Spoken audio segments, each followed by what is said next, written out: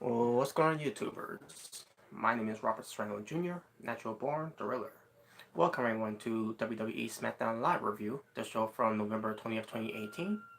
This was the SmackDown after the series, also say as the SmackDown after the Survivor Series. Let's get right into it, shall we? Um, they're in Los Angeles, California. You got Tom Phillips, Byron Saxton, and Corey Graves on commentary. The show opened up with a video package of Charlotte Flair attacking Raw Women's Champion Ronda Rousey from their match at Survivor Series. And then we opened the show with Charlotte Flair coming out. She was in her wrestling gear. She cuts a promo, basically saying, well, first of all, we get the crowds chanting for the heel Charlotte Flair. Then we get some thank you Charlotte chants, and then basically she says, yes, thank me. Well, at least she announced the fans, but basically when Charlotte Flair came out, I knew she was going to cut a promo. Obviously she had to because she's got to explain why she did what she did. That's me. I like it too, but let's just get to it. She explains why she did what she did to Ronda Rousey at Survivor Series, and she basically said she's not sorry about what she did to Ronda Rousey. She loved every bit of it. She loved every second of it, and she did it. Basically, she pulled a Rikishi, where it pertains to why Rikishi did to Stone Cold Steve Austin. Remember when Rikishi said, "I did it for The Rock. I did it for the people." Well, Charlotte Flair said that she did it for Becky Lynch. She did it for the SmackDown women's locker room. And yeah, and also when Paige comes out, the SmackDown Raw General Manager. And I'm like, well, I hate the segment even more. I hated the segment when Charlotte Flair cut a promo in the first place, and I started to hate it even more when Paige came out because I don't like Paige anymore. I'm done with Paige, and I don't care if a movie did came out where it pertains to her life. I don't care about Paige anymore. Fuck Paige.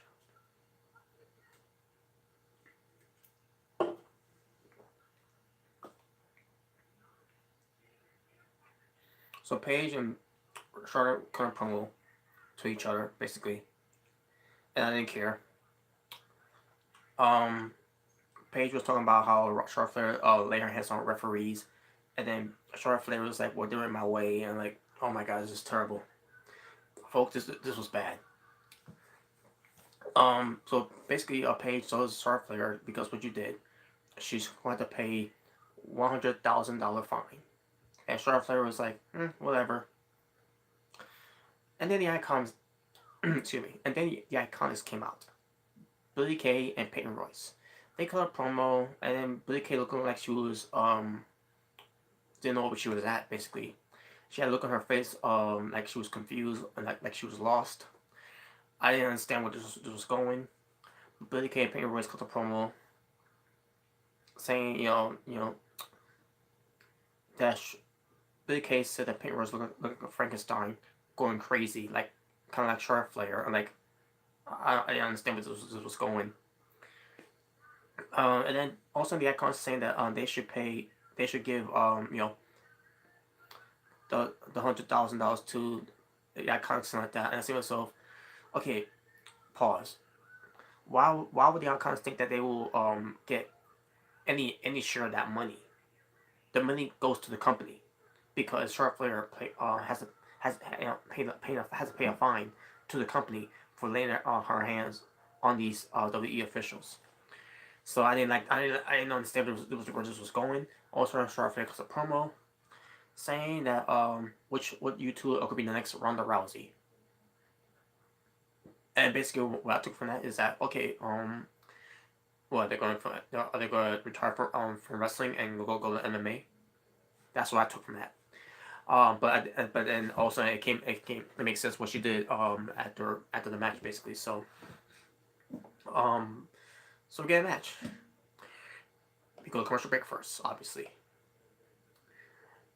So yeah, this whole promo, this exchange, the opening of SmackDown, it sucked. I don't know how to put it. I thought it was garbage. It was trash. It was just a waste of fucking time. It was confusing. For example, Charlotte Flair coming out as a heel, to explain why she did what she did, and then Paige told her, this nonsense. I didn't care about what Paige had to say, anyways. And then also the Icons coming out, a heel tag team in the women's division, going to trash talk Charlotte Flair, who's a heel.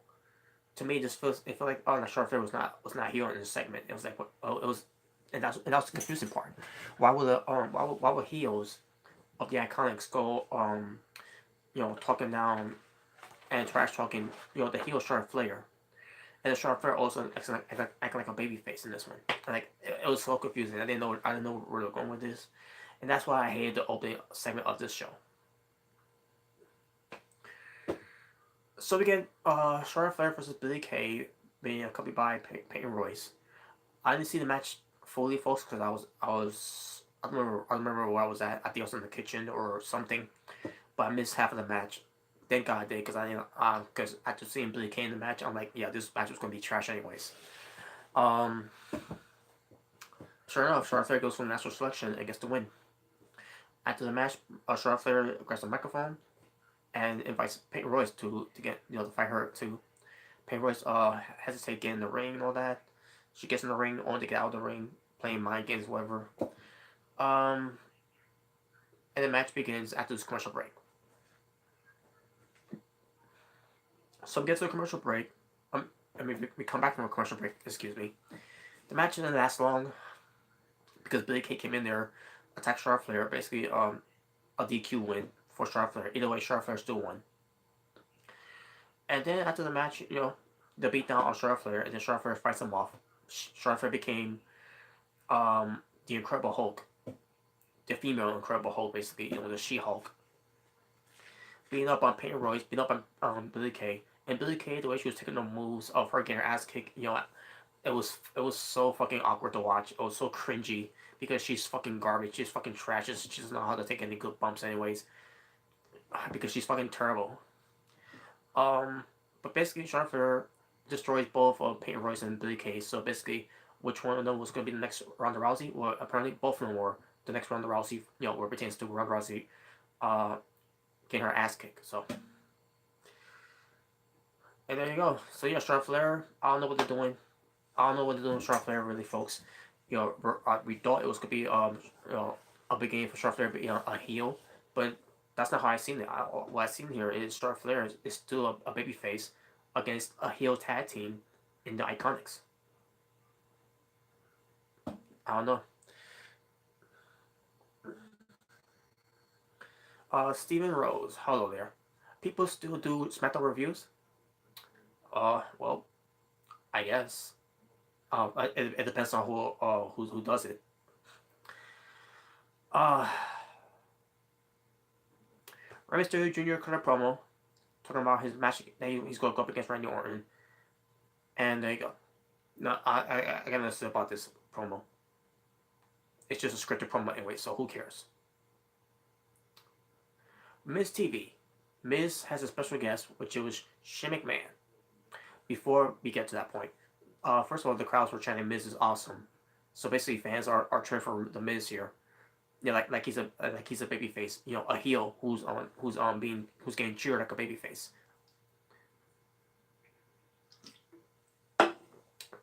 So it talks about Survivor Series, obviously. Miz introduces Shane McMahon. Shane McMahon comes out. He was selling the beating that he took from Survivor Series, or like a certain Ronda Rousey, because Shane McMahon gets it. Ronda Rousey still doesn't get it.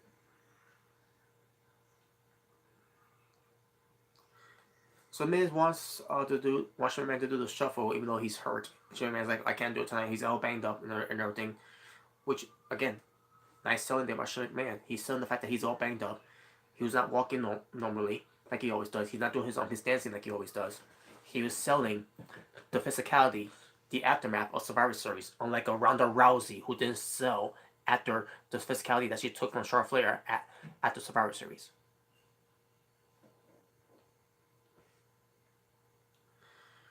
So this was confusing too, folks.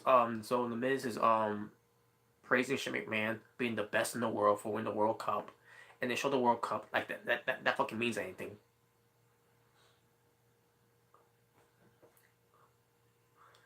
So also Miz talks about he wants to team up with Shane McMahon against these two tag teams, which they're called the Bryan brothers, I guess.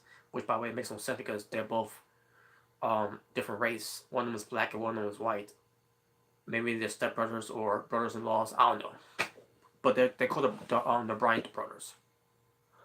Match didn't last long because all of a sudden Miz gets rolled up by one of the Bryan brothers and got the win.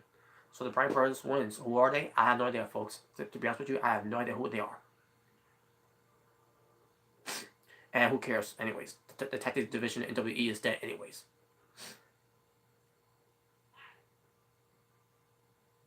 WWE announced that this coming Saturday, I believe it's on a Saturday or on a Sunday, WWE Starrcade 2018 on the WWE Network, and it's just gonna be a 1 hour special. I saw the New Day backstage. They were just like pilgrims, and then we see the Gobbledygooker showing up, and under the costume of the Gobbledygooker was R-Truth. And basically, there's supposed to be a Thanksgiving theme because this week is Thanksgiving. Did this the same thing with them a month ago for Halloween, even though it wasn't on Halloween day. It was on it was the night before Halloween. It was the SmackDown before Halloween that they did this trick or street fight.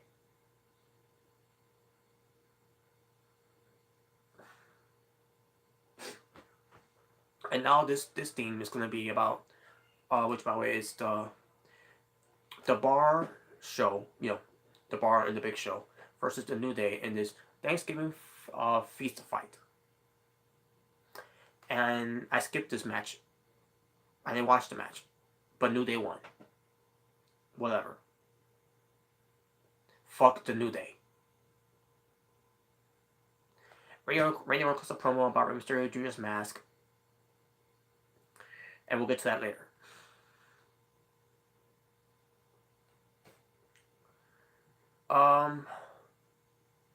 We see a footage of Mandy Rose and then they Sonya Deville at Evolution, which it was about week, which was weeks ago. And why they capitalizing on this now, I have no idea. Because they're fucking idiots. They don't know what they're doing. They're not talking about the WWE writers and the company in general. But we get Asuka and Naomi versus Mandy Rose and Sonya Deville. Match itself was alright. There's some tensions between Mandy Rose and Sonya Deville and almost a miscommunication there at one point. And in the end, Asuka and Naomi wins. Nothing to say about the match. Moving on. Oh, by the way, folks, I apologize. Wrestling hour number 1. I believe it was 3 matches. Yeah, 3 matches. Overall, wrestling hour number 1. Whatever. That's my take on it. Hour number 2 opened up with the New Day current promo. By the way, that's another thing. I skipped the promos too, but that was the opening of hour number 2 for SmackDown. But anyways, now let's continue on. All right, here we go. And then WWE airs a hype video of where it pertains to Lars Sullivan from NXT. He's gonna make his debut at WWE TLC. Now it's not fully confirmed if he's gonna be either on Raw or SmackDown. It's not even confirmed if they're even gonna do a contract signing at WWE TLC. Of which brand that Lars Sullivan is interested to sign with. But whatever. But if I had to if I had to choose what brand for him to go, I say SmackDown, because on Raw, you want to keep Lars Sullivan away from guys like Braun Strowman, Baron Corbin, Bobby Lashley, and Drew McIntyre. Basically, they have enough big guys on Raw as it is. If you want more big guys on SmackDown, send them to SmackDown. Raw Silver will be both better on SmackDown anyways than anything that than Raw is doing right now. But at the end of the day, it doesn't really matter. Raw Silver, he's doing good things on NXT, but once he gets in the main roster, as soon as he gets that main roster, he's done. They'll push him to a point, and then he'll become an afterthought at the end of the day, like a Shinsuke Nakamura, like a Bobby Roode, like the Authors of Pain, even though they're Raw Tag Team Champions, but still, like the Ascension, Tyler Breeze, you know, Ember Moon, Sasha Banks and Bayley, Asuka. I get my point.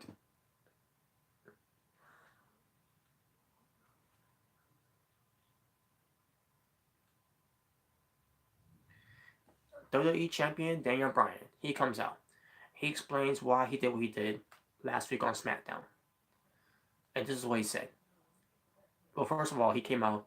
He first started doing this, and also he stopped doing that because he's a heel now. He can't be doing that anymore. And Daniel Bryan was walking all strange, all that. He finally gets in the ring. Daniel Bryan cuts a promo, said that Daniel Bryan committed an act of betrayal, but at the but that action was not last Tuesday. That action of betrayal was nearly 3 years ago. And I see myself, wait a minute, what he's going with this? So he says when Daniel Bryan stood in front of all the people and announced his retirement, he said the difference between Daniel Bryan and these people is that he does not accept failure. Daniel Bryan learned his mistake, learned his lesson, and decided to fight. He continued in the third person, talking about Daniel Bryan going to his doctors across the worldwide and staying inside a cold, dark, hyperbolical chamber. Hyperbolical chamber. That's the word I'm trying to say. Yeah, so he's saying he's in a hyperbolical. He's saying he's in a hyperbolical chamber, and I see myself, okay, where is he going with this now? With him being in a hyperbolical chamber. So Dan Bryan says the that alone time helped realize the new motto: fight for your dreams, and your dreams will fight for you. Which way he did cut that promo, after he came out of his retirement. Excuse me. He talks about how it worked, and Daniel Bryan returned to the ring, and when he did, he received the loudest yes chant he ever had heard, and it was a great moment. But for those people in just a moment, they weren't there for the struggle. They weren't there for the pain. They weren't there for with the fights and his family over this obsession. Dan Bryan says the fans didn't hear from all the people that said to move on. He said the only people that move on were the people in the crowd.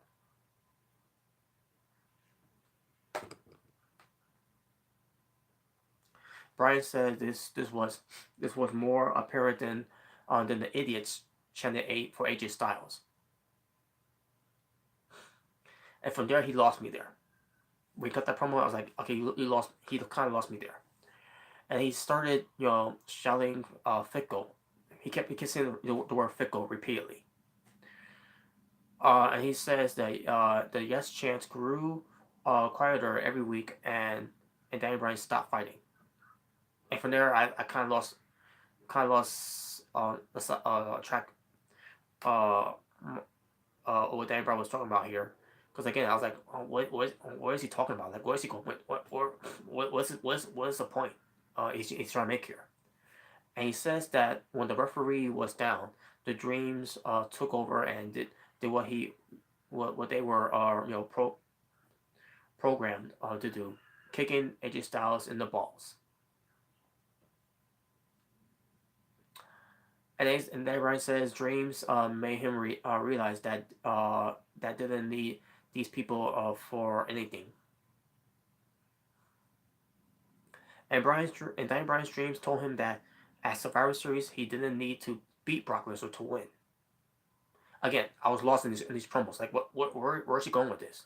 I don't understand what Daniel Bryan was. At this point I didn't know what he was talking about. I was so confused about this promo. So Daniel Bryan won by allowing Brock Lesnar to beat the weakness out of him.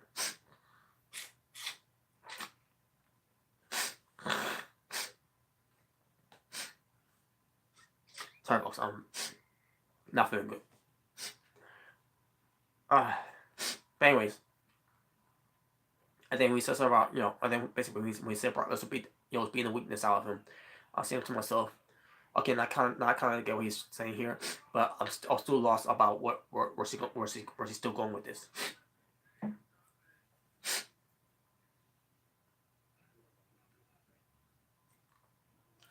He says, something new, emerge from that match. The old Dan Bryan that people loved, that Dan Bryan is dead, and the Yes Movement is dead. And he says all that is left is the new Daniel Bryan, the WWE champion.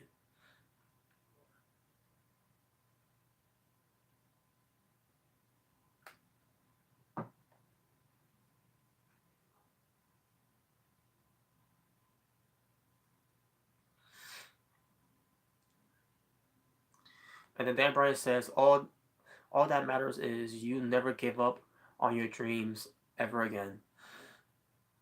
And then Daniel Bryan drops the microphone. That was the end of our promo. I don't like this heel Daniel Bryan promo. I thought this promo sucked. Cause I still don't understand why he did what he did with AJ Styles, and why this whole heel turn even happened to begin with.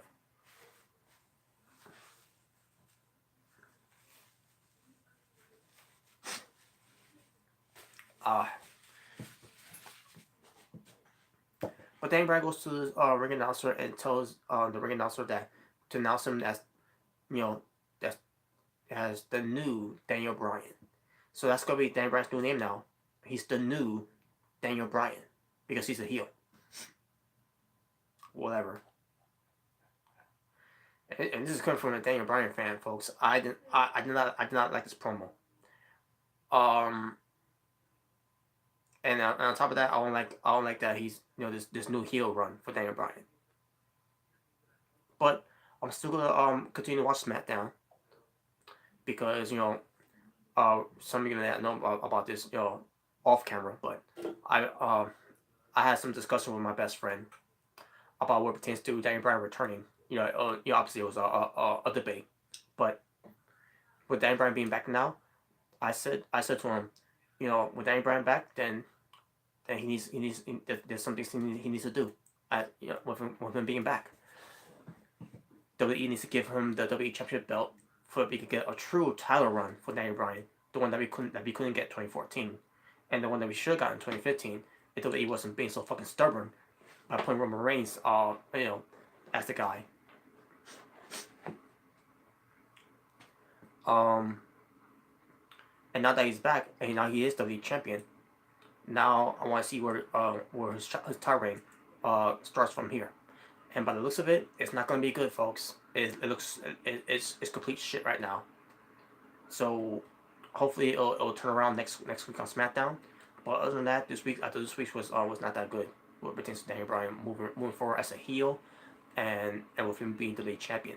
But hey, Daniel Bryan is 100% full recovered from from being away from WWE for 3 years. What pertains to wrestling, but because there was nothing wrong with him in the first place. But anyways. But yeah. Let's see what it does next week. But in the meantime, now we get to the main event. Rey Mysterio Jr. versus Randy Orton. And I said to myself, oh my god, finally something interesting. Something good. Rey Mysterio Jr. versus Randy Orton. A feud from decades ago. like a decade and a half ago, basically. So, but anyways, this is good. Finally something good here. Something that I'm intrigued, and this match was good. I especially love the part where Randy Orton was outside the ring when he got baseball slapped by Rey Mysterio Jr. Rey Mysterio Jr. was going to do his usual slide out of the ring and do a splash on Orton, but I knew what Orton was going to do. Just the way it was all set up too. So Mysterio running the ropes, doing his slide, just get caught with an RKO. Like holy shit, I was sick. I was like, I called it. And then Orton gets Mysterio back in the ring, picks up his lifeless body, gets him another RKO, and gets a 3 count in the win. Also, during the match too, by the way, folks, Mysterio's mask was sort of being removed or being torn up by Randy Orton because Randy Orton, vowed to do the whole thing with taking off his mask, to remove his mask, because that's the one thing that the fans look at Mysterio Jr. Where pertains to him being a hero, so, and a fan favorite too. So Mysterio all of a sudden was being tackled by Mysterio. The mask basically was taken, yeah, it was taken off while Orton was a chair, bam, to the ring post. It was not a good spot anyways, but Mysterio's mask came off. Medical staff came with a towel, cover his head, because he can't reveal his face, even though we already know what his face looks like anyways, but